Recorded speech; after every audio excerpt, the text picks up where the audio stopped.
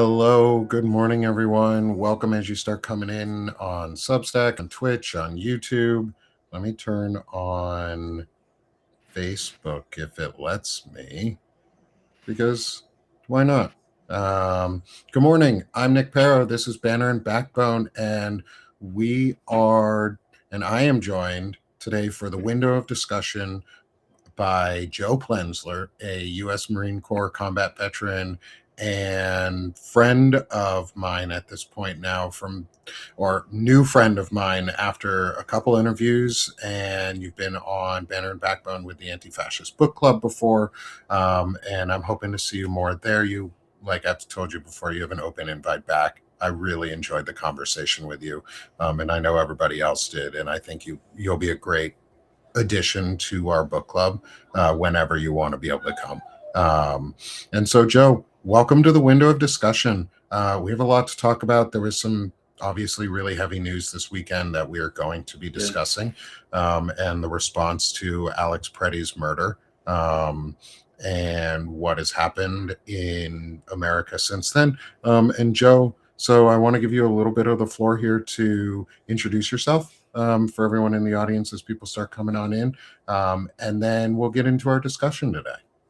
Awesome. Thanks, Nick. It's good to see you. It's good to be back. My name's Joe. I'm like you said, Marine Corps combat veteran.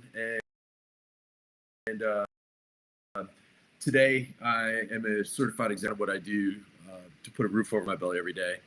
I've been working in PR and communication and coaching for almost 3 decades now. And so I also teach at our local university here. I teach at GW, just a few select classes, not a PhD professor. I'm kind of more of a professor of practice, I guess you'd say.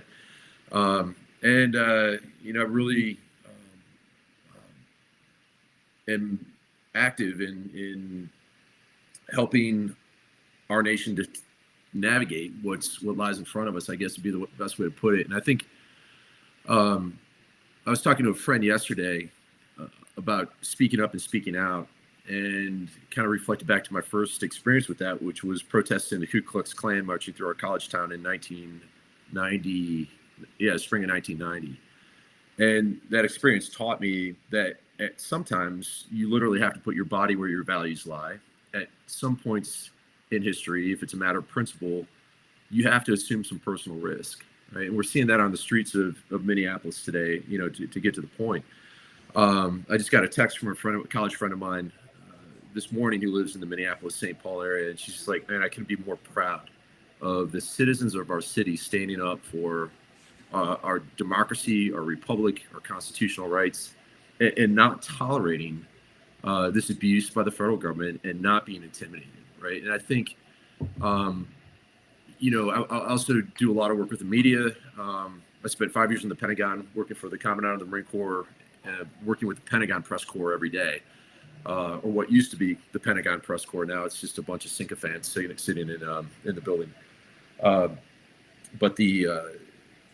how all this plays out on cameras, how all this media is consumed around the country, and ultimately how our fellow citizens, all 330 million plus of them, are constructing the reality about what's going on in Minneapolis and what it means for them and their localities. So I know I kind of threw a lot out on the table there initially. It's probably more than you wanted, but no, I think it's great. Okay. I appreciate all of that background too for you, for both for me, but for everyone else. I'll have to get you in contact with Frederick Pogue. He's a Marine vet also. And he focuses a lot on masculinity and better humaning, and better manning.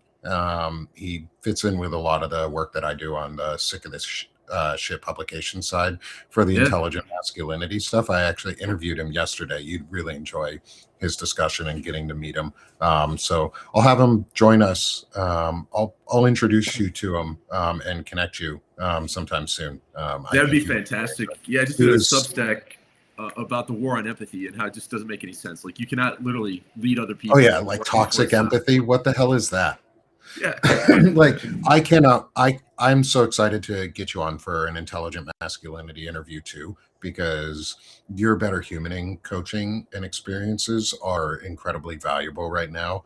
And to be honest, I think one of the ways we win our Mhm. democracy back is the better humaning experiment that we're doing right now and the social experiment that we're doing right now to fix our cultural side for Yeah. men and masculinity and break this toxic cycle. Um, and so there's been a couple things that have happened in Minnesota recently, and that Mhm. I definitely want to get your thoughts and opinions on. Um, I do actually. I want to start with what happened yesterday with Mhm. Representative Ilhan Omar. Oh Um, yeah, I just saw that. was sprayed with some sort of chemical. I haven't looked into who the individual was that sprayed her. To be Mhm. honest, I don't care their identity. I Mhm. I don't want to make them famous for this act of violence. Yeah. Elon Omar was attacked by someone with a chemical, and she responded in strength, not Oh in yeah, violence, but in words, in for my sure. opinion. And I want to get your thoughts on that and like how that plays into what we need to be doing right now in this moment as individuals and as communities. Yeah, yeah, and I think I appreciated her bravery and her courage in that moment. Right, she wasn't scared, she wasn't flustered, and she went straight back into engaging with the audience and talking about the things that she showed up to talk about. And I think what that reminded me, and what the text from my friend in Minneapolis reminded me of, and just watching the news and watching the videos of everyday citizens out on the streets refusing to accept that kind of governing in their state, um, is that it takes individual courage. And when people stand up, it's like the playground bully, right? The bully's going to bully kids all along and steal their lunch and step on their, kick their lunchbox down the sidewalk until somebody stands up and punches them in the face, right? And then they think twice. Yeah. And then when it's like one person, then it becomes three, then it becomes five, then it becomes seven, and they just reset the norms and say, hey, we're not tolerating this bullshit. And we are taxpayers, we're citizens, and we demand better from our federal government, because this is not the America, or the version of America that any of us signed up for, right? Yeah. Um, and so, I think about, like, if we didn't have video, right? If say this happened 30 years ago, before cell phones were ubiquitous, we would have had, a few stories that would have come out through probably police and government sources, to a limited number of newspapers, a few TV stations locally, and the federal government would have had a tremendous ability to spin this, their own narrative of reality.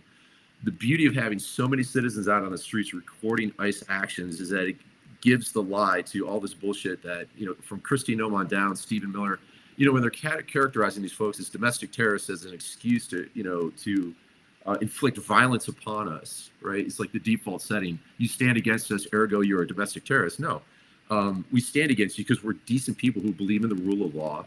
We believe in not being abused by the police. We believe in all of our constitutional rights, to include the Fourth Amendment, right? Fifth Amendment, Second Amendment, First Amendment, and it's just kind of, rights exist as words on a piece of paper. They don't defend themselves. It takes people to do that, right? It takes institutions Yeah. to do that.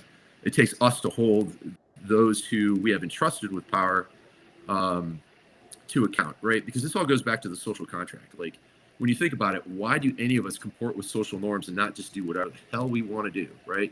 Your neighbor's got something you like, why don't you just go over there and take it, right? And if you're more powerful and have more force and more guns, the might makes right world that humans have lived in for millennia, isn't such a pretty place to live in, right?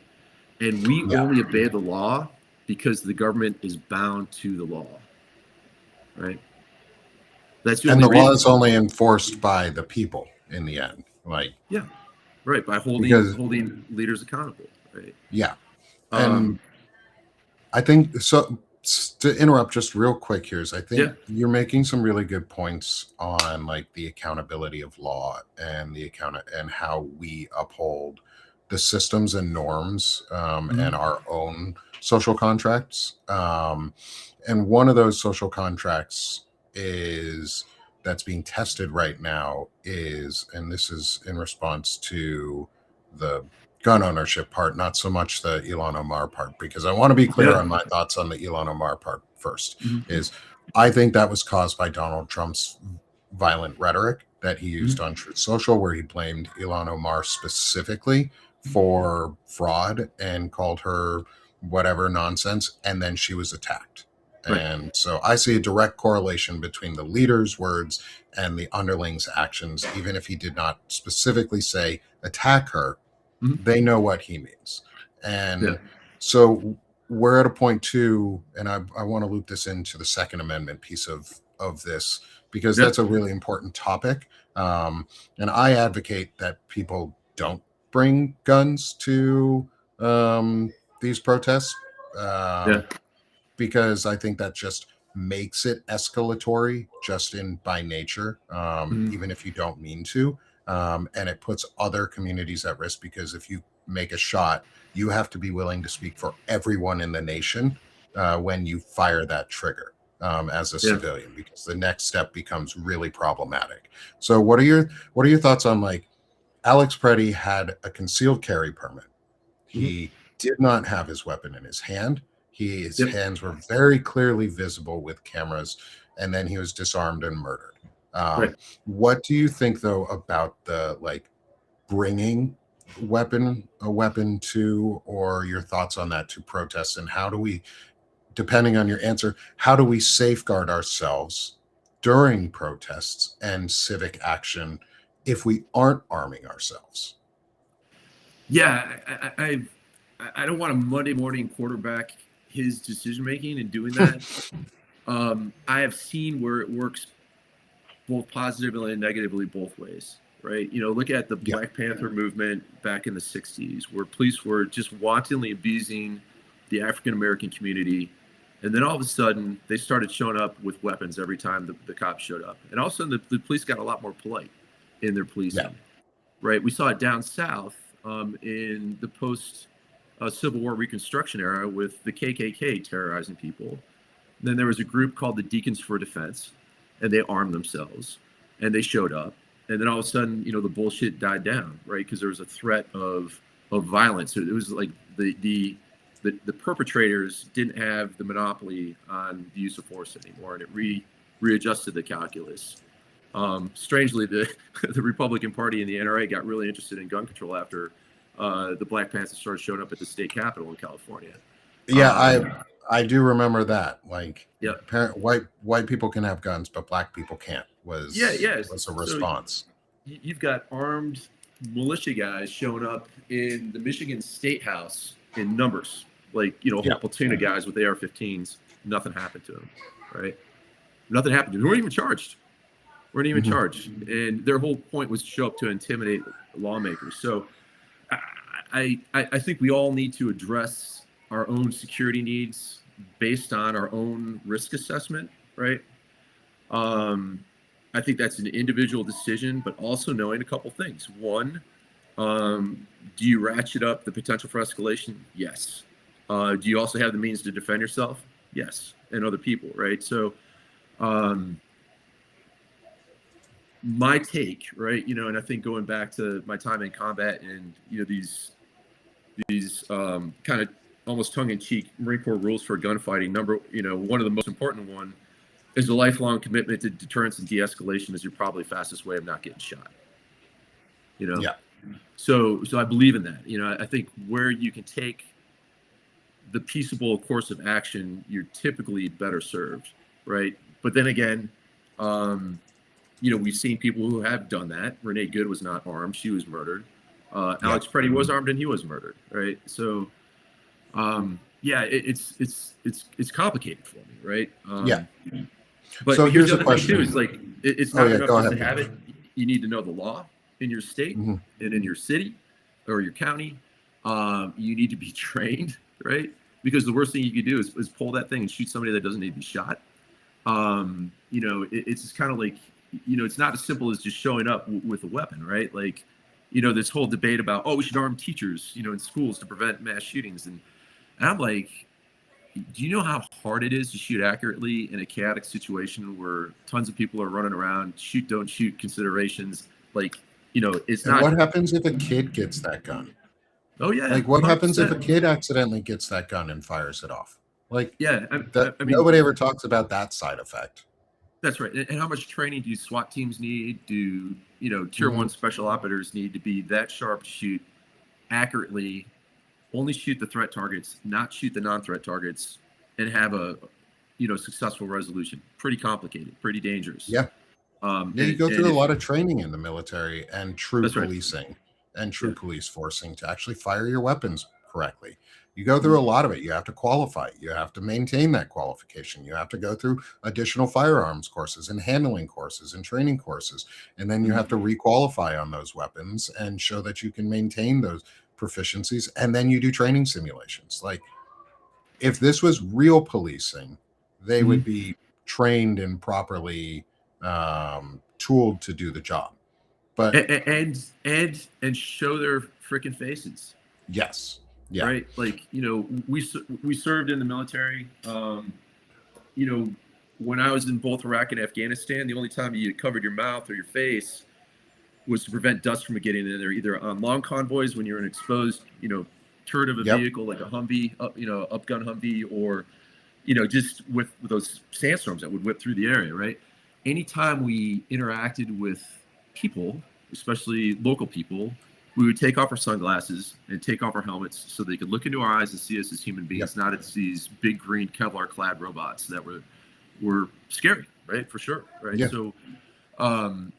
So we know from a lot of research in psychology that when people have the sense of anonymity, they're much more inclined to act on their worst instincts. And we're yeah. seeing that in the way, these federal agents are comporting themselves in communities all around the country, right? So this gives It, me a perfect opportunity to ask the question: is the yeah. response that happened in Minnesota with the National Guard? I think it was too. I think I hope going forward, other governors call up their National Guards at this point and do Mhm. what Minnesota just did. Was what do you see about how do you feel about the response that Minnesota just had with the National Guard, where they came out unmasked, clear, green Kevlar or bright green vests on, Yeah. reflective vests on, showing their faces, handing out hot chocolate and snacks and like hand warmers and things to the community, showing that they're there to protect the community.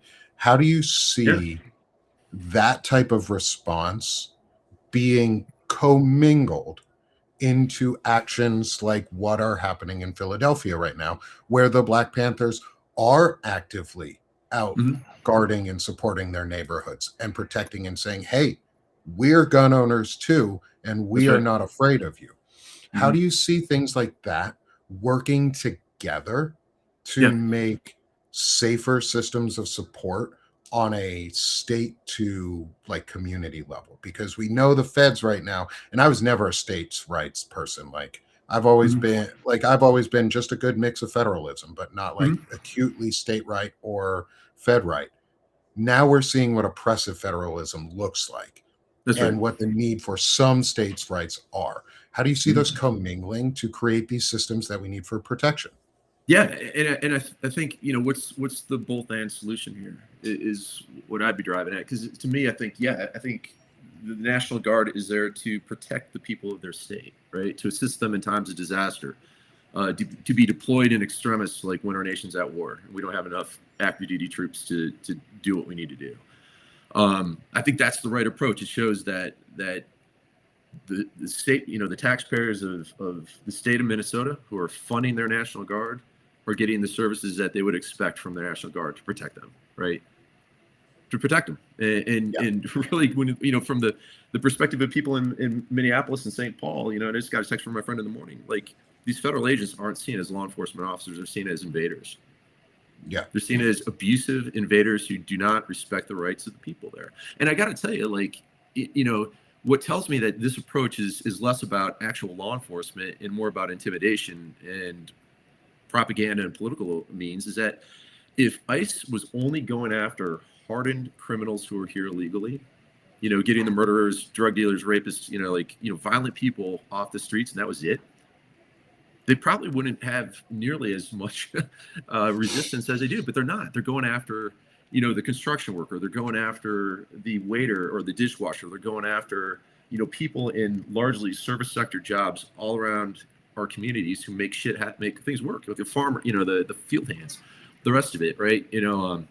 And these are people who are, largely fleeing violence in Central and South America, right? Narco-terrorism largely fueled by U.S. manufactured guns. I think like 50% of the guns recovered in Central and South America in narco-related crime are from the United States, were made here. That violence is being caused by America's insatiable demand for illegal substances, right?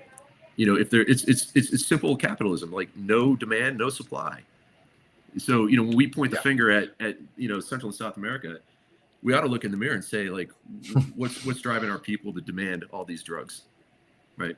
Yes. And what could be done better with drug policy because ultimately the safer we help them make their countries, the less urge people will have to cross borders, right? Like if I feel safe and secure and well fed and have an opportunity in my own home, in my own country, why would I want to leave? Why would I want to leave my culture and the place that I know and the people I love and my neighbors and all this other stuff, right? Like, it's just kind of like it's counterintuitive. But yeah, so I think but I'm not gonna criticize people who have been historically abused by law enforcement and to some extent National Guards, from not having a whole lot of trust in showing up and defending their own communities. They are exercising their Second Amendment rights and the right to self-defense and preserve their own life, liberty, and property. So, how that's done is a matter of style, I guess, or art, right? It's not science, but again, I think de-escalation and is the best strategy, but that requires reciprocity, right? If we the people are going to say we want things to remain vocal but peaceful, right? The government's got an obligation to say, and we will follow the law and treat people with dignity and respect. I think that's a great way to view it. And I want to focus in a little bit on Philadelphia and like that type of environment, because I think that one's a really, really, really important test case of what could be a good way to build relationships and break down the old hatreds or the old distrusts from the past. Is if you were able to give advice to Governor Shapiro of Pennsylvania on how to work with the well-regulated militia of the Black Panthers, because they are a well-regulated militia. That's what they are. They have bylaws and they have oaths and they have conduct and they kick people out. They have memberships. They have a structure. They're a well-regulated militia. How could you see, or what would you recommend to Governor Shapiro if you were able to, on how he could work with the Black Panthers in Philadelphia or other areas to remove that old stigma of the National Guard coming in, or state police or local police coming in and being the force of oppression rather than the force of support? What would you say to Governor Shapiro if you could? Yeah, I think it all comes down to discovering mutual goals and shared expectations, right? And I think that from a leadership perspective, it requires a lot of listening. Like, what are your concerns?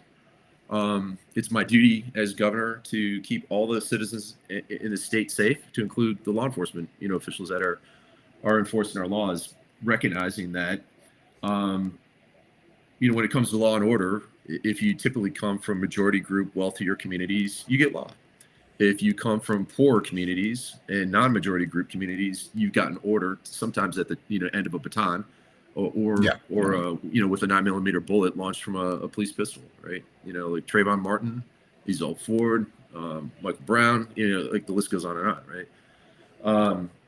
The thing about trust is, like, say has to equal do over time, which is also complicated by the political process when one party's elected in and another, one is elected out, every 4 years or 8 years. But the relationship between the people and the state is the thing that needs to be maintained across administrations, both Republican and Democrat, or independent for that matter, right? So, it's it's important, we may differ on political views. I think most Americans, when you look at fundamental goals, right, fundamental values, they agree on the what. 96% of the people believe in freedom of speech. More than 90% of the people believe in the right to preserve your own life, liberty, and property, right? All these things. Where people disagree is on the means of the how, right? How are we going to do these things? And who's going to do it? So I think, it's undeniable. If you have a large organized group that's well armed within your state, you probably need to have some sort of communication with them, right? And say, hey, what are you concerned about, right? Yeah. I hear you, and this is what we're doing to address those concerns because we want to keep things peaceful, right? And that's the thing. Like, when you look at crisis communication, the fastest way to end a protest or a boycott of your company, your organization, your group, your government, is to remove the cause of the grievance. It's the abuse theory of communication, like interpersonally. Like, you cannot communicate with somebody until the abuse stops. They're not going to hear you. When the brain goes into fight or flight mode, all they hear is wah, wah, wah, wah, wah, wah, wah, wah, wah, right? So yeah, and trust is built over time. It's built in drops and spilled in buckets. And that's the thing. Like, when people are talking about abolishing ICE, yeah, right? Because, to a large swath of America, there is no trust or faith in that organization as an enterprise anymore. So if it gets reconstituted just all under one big border patrol and they're only allowed to operate within 5 miles of the border, tethered, to pretty tight controls, they have an important job, right? Like, there are people who would want to smuggle bad shit across the borders and traffic people and all this other stuff. I mean, there is an undeniable requirement for that function. I think a country without borders isn't a country at all, right?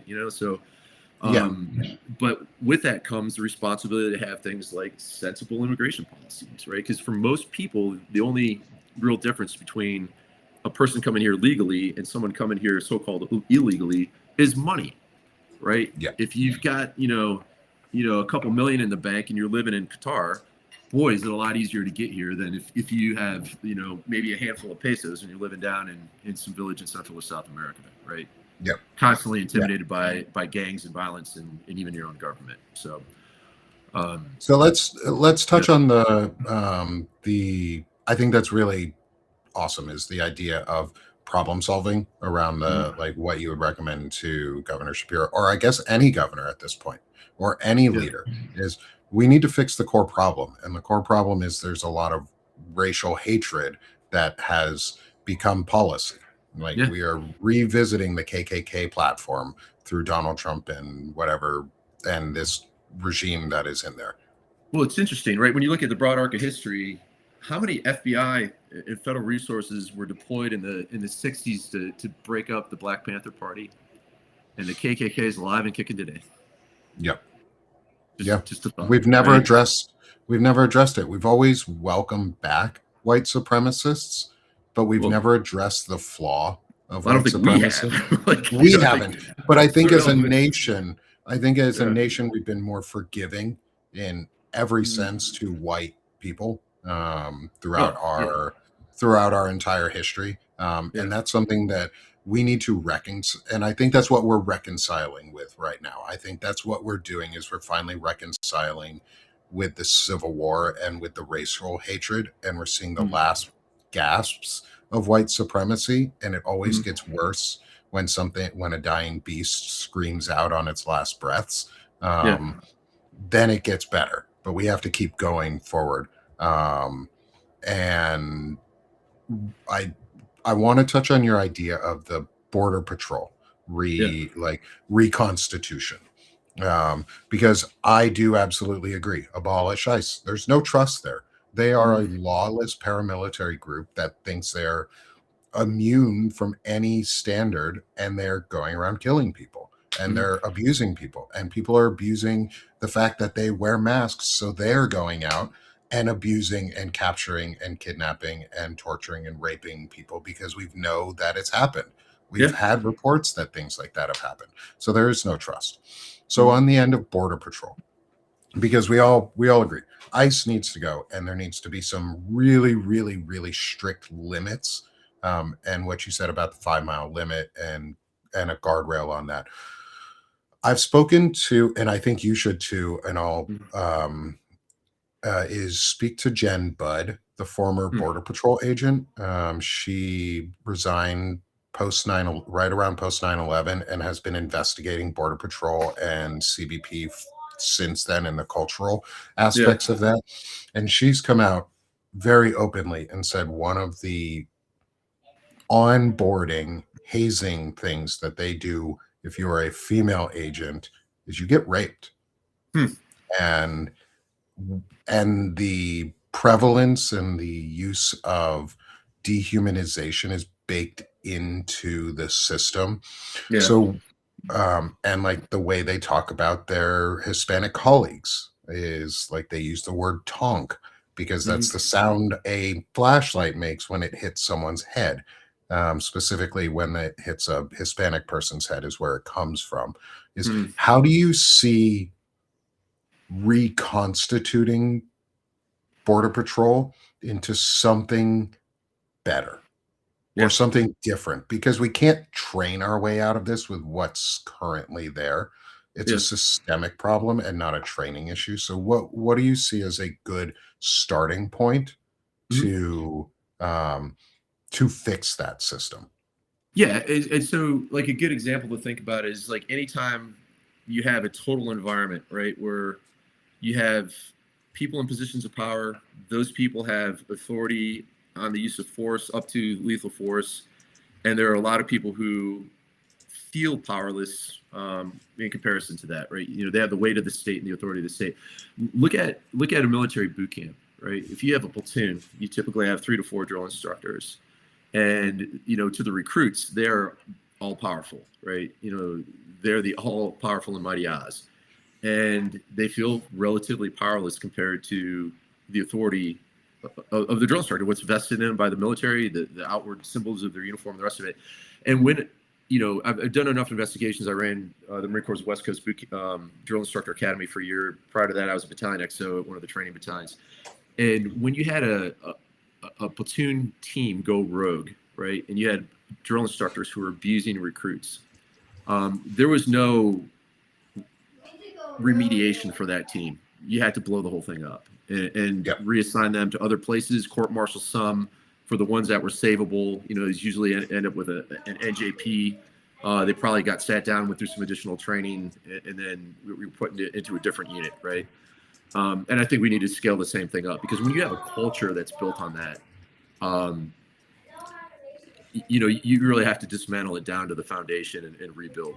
I mean, there's really no other way. And you look at a corporation, like if a corporation has a brand that's gone bad, right? We're caught doing something criminal, something unethical, massive pollution. What do? They typically rebrand the entire thing, right? In order to reattract customers, start to rebuild trust and the rest of it. So, uh, you know, but like in its current state, when you have more than half of the country not trusting your federal agency, you're Yeah. done. You're done. You're lost, right? Like, um, yeah. So I mean, it takes a concerted effort from the leadership at the top all the way down to the deck plates, and reinstituting new norms, new expectations, new SOPs, hell, even new uniforms, new name, title, everything. I mean, it's just like, yeah, because I'm at the point where when citizens are getting executed in the streets by law enforcement, alleged law enforcement agents, it's just like, what are we doing? You know, Yeah. I don't think you can really rebuild trust in those instances.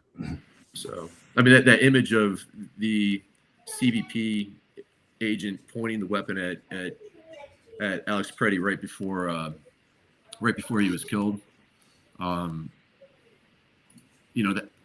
that's not going to go away anytime soon. I think that's going to be kind of like the enduring image of this whole thing. Yeah. So, Yeah. yeah.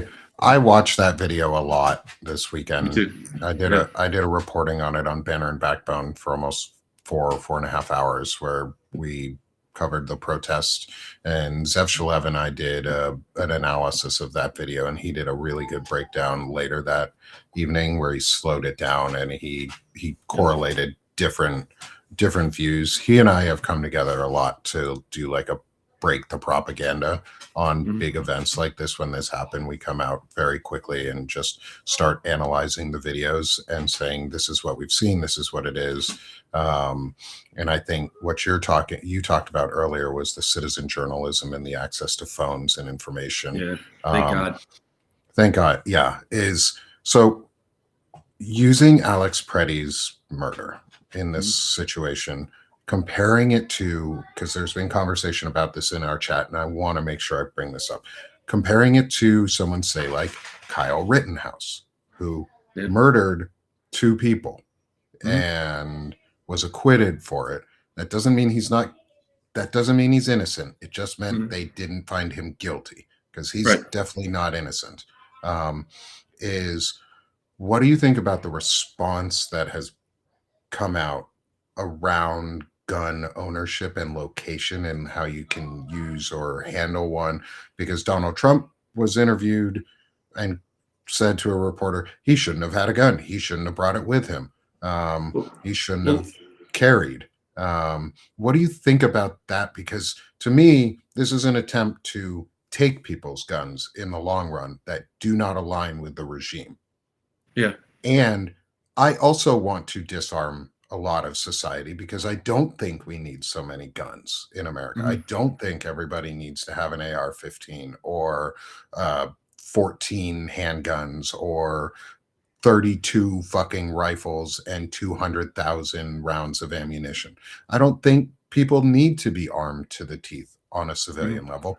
But I also think that requires law enforcement to de escalate their units too. So Mhm. how do you see that playing into, like, with the overall discussion on guns that is going on right now and the Second Yeah. Amendment response? Yeah, the first thought that leaps into my mind is we didn't hear this objection from Donald Trump when his supporters were storming the Capitol on January 6th, armed, right? We didn't see the same thing when Gretchen Whitmer was threatened by militias in the state of Michigan, right? Where was the objection then? We didn't say the Kyle Rittenhouse thing is another thing who came from a different state and inserted himself into a situation he had no business being in. Yeah. It would have been different if it was like his parents' store that was under attack, right? In his own community, but he traveled across state lines to do that stuff. What January 6th, I think, unfortunately taught a lot of Americans is that to this president, political violence is acceptable when it's done on his behalf, right? And like you, I've done a lot of work in gun violence prevention. I've used firearms in the defense of my own life in Iraq. I know what that looks like and what that feels like. I've worked with survivors of gun violence. I've spoken out on behalf of it. Largely, I agree with you. I think when you have a country that's got more guns than people, man, that's a dangerous mix, especially when you have a lot of untrained people with questionable skills and the rest in judgment. It goes all into play, right? Yeah. But we've created a culture of guns in this country. We fantasize about them in our movies. We make gun manufacturers make a shit ton of money every year selling them, and also selling fear, because fear sells more guns, right? So it's in the best interest of gun manufacturers to stoke as much fear about your personal safety and survival on a daily basis that you got your 78-year-old neighbor down the street who feels like they need an AR-15 to defend themselves against, I don't know, um, but and again, it's complicated. I think fewer guns and more de-escalation is the way to go. Fastest way to not get shot, right? Yeah. Is that lifelong commitment, and it requires reciprocity and it requires trust. Where you have no trust, people are going to operate on their worst instincts because their brains are in fight or flight mode. They don't have the full capacity to. Their brain loses significant ability to reason when you're in your amygdala is activated, right? Like, so um yeah, and I think it's just insane how we tolerate a lot of this violence, especially with kids. You'd have thought after some of the school shootings that things would have changed. They haven't. um and I also understand the argument from folks who are like, yeah, the Second Amendment is there to prevent a tyrannical government from taking over the United States. you know I think a lot of people who were uh, against that 10 years ago now are like, huh, maybe those guys, maybe there's some grain of truth into to what they're saying. So Except all those guys who are yelling, take over by a tyrannical government are the tyrannical government. That's right. Yeah, and because they it's all funny. became ICE agents. Yeah, and it's funny how guys will go to the mat, on a instant replay on a football game and be like, no, the ball's across the goal line, and then they'll deny what they see with their own eyes in the same video footage from New York Times. Yeah, it's crazy, but it's a crazy world we're living in right now. Yeah, can we please go back to precedented times? I'm tired of unprecedented times. Yeah, I'd love to live through precedented times where we can just relax again and focus on humaning and being a parent or being a good partner, being a good friend, or just being a good person and just enjoying yourself and being creative. So I like to wrap that into my conversations because that's a huge piece for me. It's part of breaking down this white supremacy system or this just supremacy system in general and this fascist system in general is the use of masculinity culture and how we can impact that really, really quickly. And so today's show is actions in review. We haven't reviewed many actions overall in a condensed sense of your specific things we've done. But I think we've reviewed a lot of actions that are going on right now in the US with the response by Governor Walz and the National Guard and how that could influence or in my view, should influence other governors in their responses and being ahead of these events and working with groups like the Black Panthers and encouraging your governor to do things like that is to reach out to your civic groups that are well-armed and regulated militias that have been around for a long time to protect their communities and go in and ask them, what can we do to help? Or here's what we know that you have been saying. Here's what we want to do to help. Does this work? Is this enough? Does this go far enough to help? And so I think we've reviewed a lot of these good actions. So thank you for this really wonderful discussion, Joe.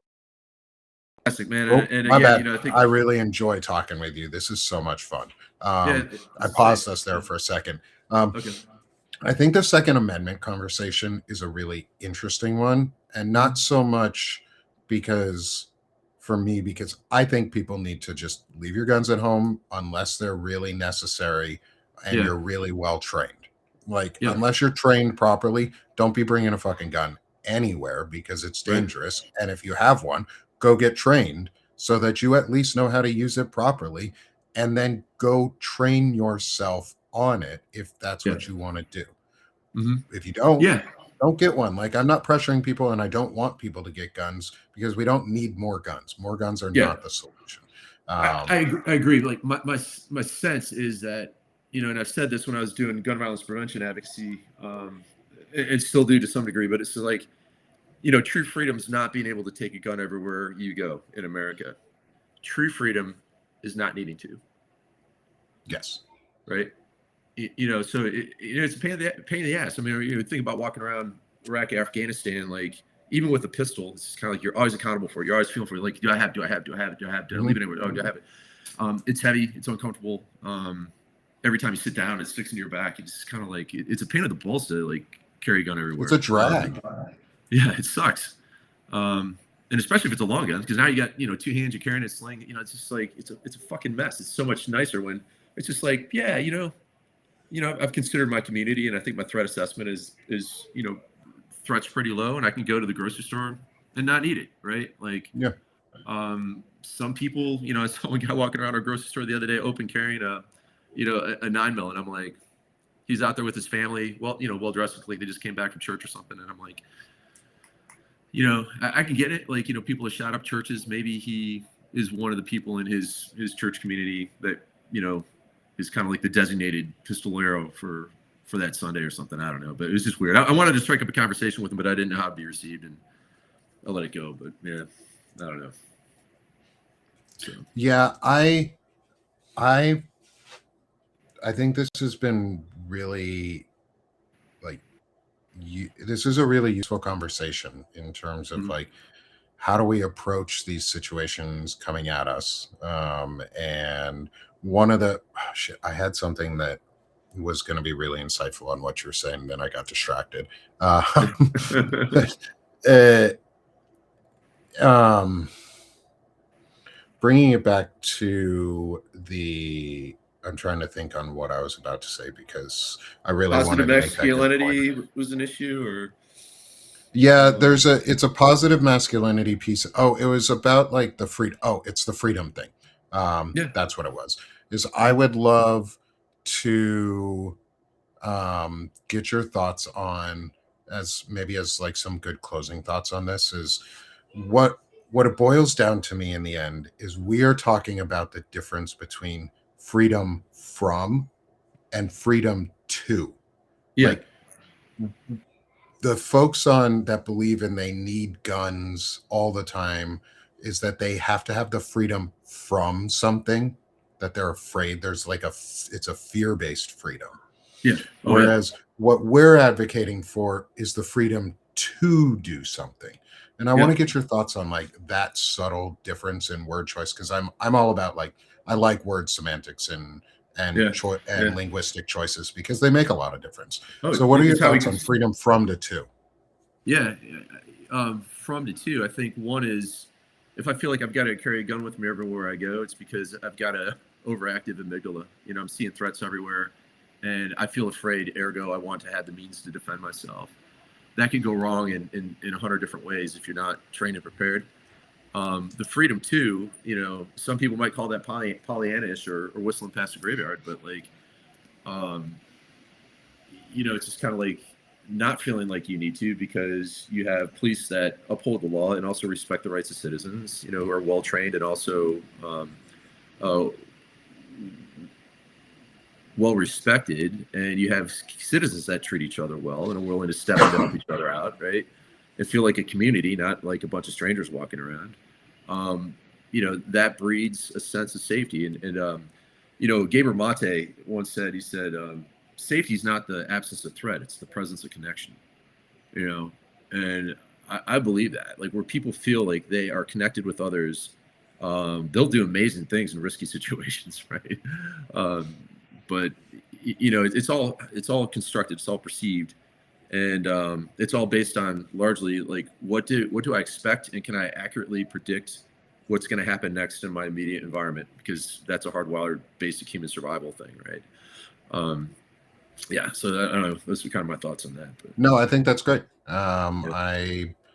I think having that conversation is important because I think the freedom to Mhm. something is that you are free to live a life, to pursue happiness, to pursue Yeah. dignity, to and it's the dream rather than the freedom from is I'm afraid that I need to hold these things or I need to clutch on to this singular idea like I need to own a gun so that I can be free from tyranny. Yeah. Well, I am Well, free to live a life in democracy because we have built a community. In my mhm. eyes, is a lot of what you're saying is we become the freedom to live without guns just by Yeah. choice. Like we Yeah. don't have to take guns away to by choice live without guns in our society because we could choose to be a community that doesn't need guns Yes. and we could keep them and use them for whatever we want for hunting for home Hmm. defense for things like that like cool Hmm. whatever man like keep your guns. I don't care. I'm in the I don't care group Yeah. for a lot of things. Like you live your life, man. Like I'm a libertarian who turned into Hmm. a well, I'm a progressive because I'm a libertarian who learned how to read. Yeah, me too. And Yeah. that's what I think is libertarians just haven't read enough books. They're Yeah. progressives who Yeah. haven't read books. Um, Yeah. and Chris Goldsmith sort of embodies that too because he was like, I Hmm. was a libertarian too, and then I started reading more, and Oh now yeah. I'm not. Yeah. Um, It's a great philosophy and when you're 12 or 13. It doesn't yeah, work so when you're 50, right? Like, no, no, and it Nick, I've doesn't. got a hard back at 12 here. I've got a Okay, well, client I let got me to give hit. you But one last yeah. moment here. Joe, sell Okay. yourself. How can people find, or not say, promote yourself? How can people find your work and what you're doing, and how they can support you? Yeah, absolutely. I'm on Substack under my name. I'm on Blue Sky under at Saint Terrificus. There's a whole inside family joke with that. And if you're looking for some coaching work, come find me on LinkedIn. So Awesome. yeah, be happy to help. Thanks, Joe. I really Thanks. appreciate you coming on with me today, and we'll see you again here soon. Awesome. Thanks so much, Nick. I really enjoyed the conversation. Thanks, Joe. And everyone in the audience, thank you for being here with us today. This has been fantastic. I'm going to let Joe drop off here as I close out the show. I'll pull him back there so he can take his time and do what he needs. Thank you for being with us, Joe. Really appreciate it. And for everyone in the audience, thank you so much for being with us. This has been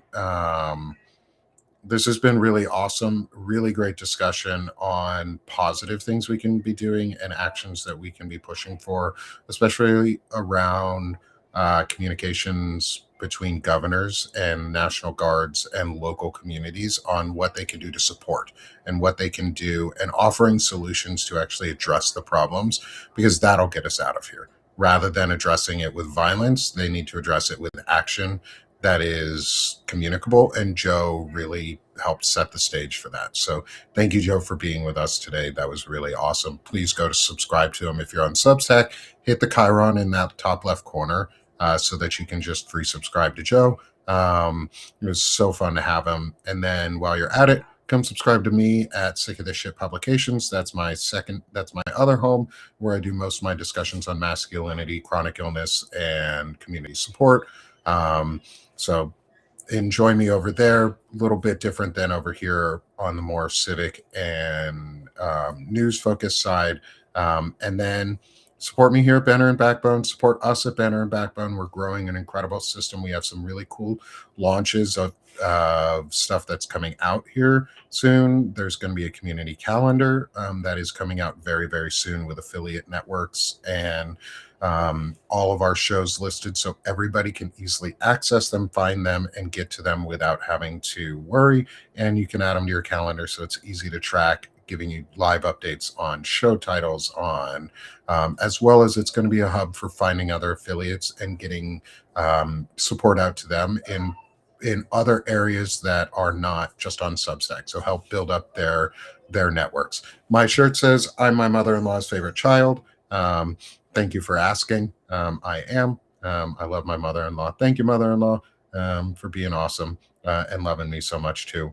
And then finally, as well, support Centered America. They were not able to be here with us today, which is understandable. They were sick. And they helped bring this together. They helped start this. They helped organize the window of discussion. They've been an incredible part of it, and I'm honored to work alongside them and be friends with them and support their work. So please go support Centered America, who helps put on this show and is a big contribution to what we're doing in this part of the community.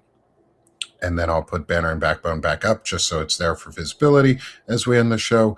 Thank you, everyone, for being with us today. Have a wonderful day. We will be back next week for the window of discussion again as we continue these conversations into building and growing our community in civic action. So again, if you're on Substack, smash that heart one last time before you head out. Have a great day, and you will see me again later or tomorrow on different days as we do our different shows. But window of discussion, we will be back next Wednesday at 11 a.m. Eastern time for another great show. Thanks, y'all, and have a wonderful day.